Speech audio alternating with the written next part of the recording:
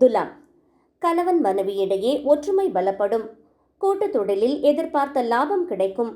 புதிய வாடிக்கையாளர்கள் அறிமுகமாவார்கள். திருமண பேச்சுவார்த்தைகள் சுமூகமாக முடியும். அதிர்ஷ்ட எண் 6. அதிர்ஷ்ட திசை மேற்கு. வழிபாடு மகாலட்சுமிக்கு நெய் தீபமேற்றி வழிபட சுபிட்சம் உண்டாகும். விருச்சிகம், இன்று உங்களுக்கு சந்திராஷ்டமம் இருப்பதால் இதிலும் நிதானம் தேவை. பேச்சில் கவனம் தேவை. யாரிடமும் வாக்குவாதம் செய்ய வேண்டாம். புதிய முதலீடுகள் அல்லது பெரிய முடிவுகளை தள்ளி போடவும்.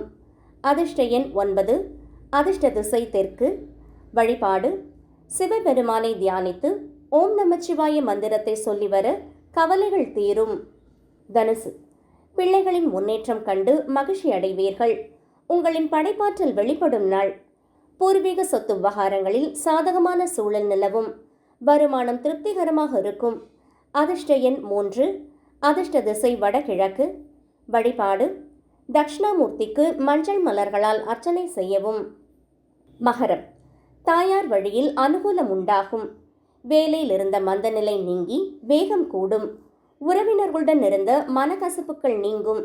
வீடு வாகன சேர்க்கைக்கான யோகம் உண்டு. அதிர்ஷ்ட எண் 8. அதிர்ஷ்ட திசை வடக்கு.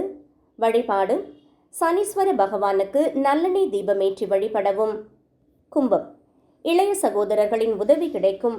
உங்களின் தன்னம்பிக்கை கூடும் நாள். சிறிய தூர பயணங்களால் ஆதாயம் உண்டு. புதிய முயற்சிகளில் துணிந்து இறங்கி வெற்றி பெறுவீர்கள். அதிர்ஷ்ட எண் 4. அதிர்ஷ்ட திசை மேற்கு. வழிபாடு ஆஞ்சநேயருக்கு வெற்றிலை மாலை சார்த்தி வழிபட துணிச்சல் பிறக்கும். மீனம், தனவரவு திருப்திகரமாக இருக்கும். குடும்பத்தில் சுப நிகழ்ச்சிகளுக்கான திட்டமிடல் நடக்கும். உங்களின் இனிமையான பேச்சால் காரியங்களை சாதிப்பீர்கள். மகிழ்ச்சியான நாள். அதிர்ஷ்ட எண் 3. அதிர்ஷ்ட திசை வடகிழக்கு. வழிபாடு பெருமாளுக்கு கற்கண்டு நிவேதனம் செய்து வழிபட சகல சௌபாக்கியங்களும் கிட்டும்.